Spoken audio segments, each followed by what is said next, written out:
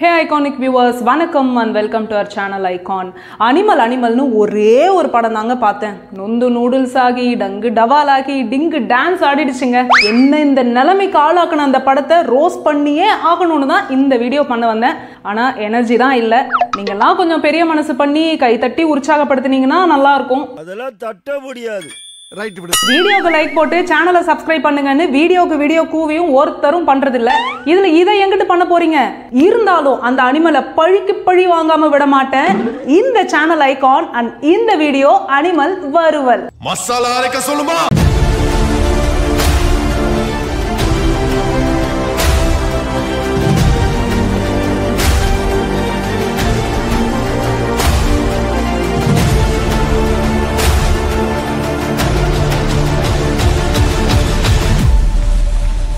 இந்த வடக்கனுங்க நம்ம வேலையை புடுங்கிதான் நம்மள டார்ச்சர் பண்றாங்கன்னு பார்த்தா இப்ப புதுசா படம் எடுத்தும் டார்ச்சர் பண்றானுங்க. படத்துல நிமிஷம்னால தாங்க முடியலையே. அனிமல் படத்தோட ட்ரெய்லரை பார்த்தப்பவே ஐயோ தப்பி தவறி தியேட்டருக்கு போயிடக்கூடாது, போயிட்டா எலி பொறியில மாட்டின எலி மாதிரி நமக்கு சாவு நிச்சயம்னு சுதாரிச்சுட்டு ஃப்ரெண்ட்ஸ் எல்லாம் கூப்பிட்டப்ப கூட அழுது புரண்டு போகாம எஸ்கேப் ஆயிட்டேன். பார்த்தா அந்த படம் 900 கோடி கிட்ட வசூல் பண்ணிருக்கு. அடடா, படம் ரொம்ப நல்லா இருக்கும் போலயே, நாம தான் படத்தை பார்க்காம மிஸ் பண்ணிட்டோம் போலன்னு ஃபீல் பண்ணிட்டு இருந்த நேரத்துல அந்த படம் ஓடிடில ஜனவரி 26ஆம் தேதி ரிலீஸ் ஆச்சு. சரி கழுதையை பார்த்து விட்டுட்டு போயிடலான்னு பார்க்க ஆரம்பிச்சா கன்றாவி அது 3 மணி நேரம் 21 நிமிஷத்துக்கு எடுத்து வச்சிருக்காங்க. ஐயோ இதை எப்ப பார்த்து முடிக்கிறதுன்னு 3 நாள் 30 தடவை பாஸ் பண்ணி ப்ளே பண்ணி பாஸ் பண்ணி ப்ளே பண்ணி ஒரு வழியா பார்த்து முடிச்சேன். அதுக்கப்புறம் 2 நாள் என் நிலைமை இருக்கே. அப்புறம் ஒரு வழியா தெளிஞ்சு வந்து பார்த்தா சோஷியல் மீடியால எல்லாரும் இந்த படத்தை ரோஸ்ட் பண்ணிட்டு இருக்காங்க. சரி நம்ம பங்குக்கு நாமளும் ரோஸ்ட் பண்ணிடலான்னு தான் இந்த வீடியோ. அப்ப நீ என்ன அடிச்சு ஃபேமஸ் ஆலாம் பாக்குற? படத்தோட கதையை சுருக்கமா சொல்லணும்னா பணக்கார அப்பாவோட பணக்கார மகனுக்கு அப்பா மேல கொள்ள பாசம். ஆனா அந்த அப்பாவுக்கு புள்ளைய கவனிக்க கூட டைம் இல்லாம பிசினஸ்னு சுத்த புள்ள தான் ஒரு ஆல்பா மேல்னு தன்னைத்தானே நினைச்சிட்டு தருதலையா வளருது. ஒரு கட்டத்துல அந்த பணக்கார அப்பாவை யாரோ கொல்ல முயற்சி பண்ண, அவரை கொலை பண்ண ட்ரை பண்ணது யாருன்னு கண்டுபிடிச்சு அவங்கள கொல்லணும்னு புள்ள முடிவு பண்ண, கடைசியில யாரை கொன்னாங்கிறது தான் கதை. கதை நல்லா இருக்கா? நல்லா இருக்குல்ல. இந்த கதையை இப்ப எப்படியெல்லாம் கெடுத்து வச்சிருக்காங்கன்னு இப்ப நான் சொல்றேன். இந்த படத்திலே பெருசா கெடுத்து வச்சது எதுன்னு கேட்டா ஹீரோவோட கேரக்டர் தான் சொல்லணும். தமிழ் படங்கள்ல வர பணக்கார கார்பரேட் வில்லன் கேரக்டர் தான் இங்க ஹீரோவுக்கு கொடுத்து வச்சிருக்காங்க.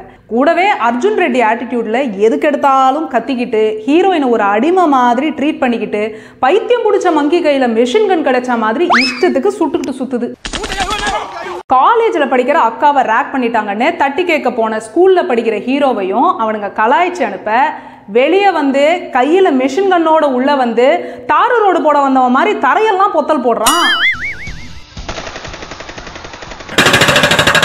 ஸ்கூல் பையன்கிட்ட கன்னு, அதுவும் மிஷின் கன்னு. மனசாட்சி இல்லையாடா? இல்ல. இதை விட இன்னொரு பெரிய கொடுமை என்னன்னா இந்த படத்துல ஹீரோ மட்டுமே குறைஞ்சது 500 பேரை கொல்றான். ஆனா ஒரு இடத்துல கூட போலீஸ்னு யாரையுமே காணும். ஏன் தெரியுங்களா? எப்படி? அதான் முதல்ல நானும் யோசிக்கிறேன், ஆனா எதுவும் வரமாட்டேன். இந்திய வரலாற்றிலேயே கேவலமான ப்ரொபோசல் சீன் வச்சிருக்கிற படம்னா அது இதுதாங்க. ஒரு பொண்ணு கிட்ட நீங்க அழகா இருக்கீங்கன்னு சொல்லி ப்ரப்போஸ் பண்ணலாம், இல்ல உங்க கேரக்டர் பிடிச்சிருக்குன்னு சொல்லி ப்ரப்போஸ் பண்ணலாம். ஆனா இந்த ஆல்பா மேல் தருதல எப்படி ப்ரப்போஸ் பண்ணுதுன்னு நீங்களே பாருங்களேன். What I mean to say is you have big pelvis. You can accommodate healthy babies. மவனே நீ மட்டும் இத தமிழ்நாட்டு பொண்ணுங்க கிட்ட சொல்லி இருக்கணும். ஏம்மா இதெல்லாம் ஒரு ப்ரொபோசல் ஆமான்னு இருக்கிற இந்த கன்றாவி ப்ரொபோசலுக்கு இம்ப்ரெஸ் ஆகி நிச்சயம் பண்ண கல்யாணத்துல இருந்து வந்து இந்த ஆல்பா மேல் தருதல கூட சேர்ந்துரும் அந்த ஹீரோயின். எங்க சுப்பிக்கிட்டு இருக்க? சரி இவ்வளோ கேவலமா ப்ரப்போஸ் பண்ணியும் ஒரு பொண்ணு உனக்கு ஓகே சொல்லி வந்துச்சுன்னா அதை ஒழுங்கா பார்த்துக்கணுமா இல்லையா? ஆனா இவன் அந்த பொண்ணை அடிமையா ட்ரீட் பண்றது என்ன, அபியூஸ் பண்றது என்ன, இதெல்லாம் விட வில்லன் அனுப்பி ஹீரோவை வேவு பார்க்க வந்த பொண்ணையும் விட்டு வைக்காம பண்ணக்கூடாததை எல்லாம் பண்ணிட்டு ஹீரோயின் கேட்டா அவகிட்ட இருந்து உண்மையை வரவழைக்க தான் இப்படி பண்ண, இதெல்லாம் என் அப்பாக்காக தான்னு சொல்லுவான் பாருங்க. இந்த சென்டிமெண்ட்ட சொல்லியே இவன் எஸ்கேப் ஆகறான்டா. ஆவுன்னா அப்பாவுக்காக பண்ணன்னு சொல்றானே, அந்த கோடீஸ்வர அப்பாவோட பிறந்த நாளுக்கு இந்த பாசக்கார புள்ள கிஃப்டா என்ன கொடுத்துச்சு தெரியுமா? I've cut my hair. அப்பாவுக்கு ஷார்ட் ஹேர் வச்சிருந்தா தானே பிடிக்கும். ஏண்டா உன் முடிய காணிக்க கொடுக்க அவரன திருப்பதி பெருமாளாடா? அப்பாடா, இதுக்கு அந்த தருதலையோட அம்மாவுக்கு பெருமை வெங்காயம் வேற. இன்னொரு தடவை இவன் அப்பேன்னு சொன்னா இந்த குரங்கு பையில அம்மியை வச்சு அப்படியே நசுக்கி விடுவேன். இந்த ஆல்பா மேல் தருதலை இன்னொன்னு பண்ணுச்சுங்க. அது என்ன தெரியுமா? தன்னோட அப்பாவை யாரோ கொல்ல பார்த்தாங்கன்னு தெரிஞ்சதும் இருந்த செக்யூரிட்டி எல்லாம் அனுப்பி விட்டுட்டு வேலை மெனக்கெட்டு சொந்த ஊருக்கு போய் சிவனேன்னு வயல்ல வேலை பார்த்துட்டு இருந்த தன்னோட சித்தப்பா பெரியப்பா பசங்களை எல்லாரையும் கூட்டியாந்து கோட் சூட்டு மாட்டி விட்டு கையில ஆளாளுக்கு ஒரு மிஷின் கண்ணை கொடுத்து அவங்க அப்பாவை பாதுகாக்கிற கமாண்டோவா மாத்திடுவான். எதுக்குடா இப்படி கிறுக்கு பாண்டா மாதிரி பண்றேன்னு அப்பா கேட்டதுக்கு, நம்மளை உயிர் கொடுத்து காப்பாத்தணும்னா அதுக்கு அவங்க உடம்புல நம்ம ரத்தம் இருக்கணும்னு சொல்லுவாங்க அந்த தருதலை ஹீரோ. உன்னை இந்த மாதிரி எல்லாம் பேச சொல்லி யாரா சொல்லி கொடுக்குறா? என் மூளைனே மூளை என்ன முதுகுலயே வச்சிருக்க? அதானே, கூட இருந்து குழி பறிக்கிறதே சொந்தக்காரங்க தான். சில்லி பகர் இது கூட தெரியாத தத்தியா இருக்கான். நீங்க மைண்ட் வாய்ஸ் நினைச்சு சத்தமா பேசிட்டு இருக்கீங்க. சரி சரி, அதை கண்டுக்காதீங்க. இப்படி இந்த ஆல்பா மேல் தருதலை ட்ரெஸ்ஸே போடாம லான்ல சுத்துறது, ஒரு பொண்ணா இன்னும் என்னால சொல்ல முடியாத பல தற்குறித்தனத்தெல்லாம் இந்த படத்துல பண்ணி வச்சிருக்கான். இப்படிலாம் பண்ணன்னு வச்சுக்கடா, நாசமா போயிருவடா, அழிஞ்சு போயிருவ. இந்த எண்ணத்தை மாத்திக்க. ஃபர்ஸ்ட் ஹாஃப்லயே ஹீரோவோட அப்பாவை கொல்ல ட்ரை பண்ணது அவரோட மருமகனும் இன்னொரு வில்லனும்னு தெரிஞ்சு ஹீரோவும் போய் அவங்கள கொன்னுடுவாரு. அப்பயே படம் முடிஞ்சுதுங்க. ஆனா செகண்ட் ஹாஃப்னு ஒரு கதையை வச்சாங்க பாருங்க.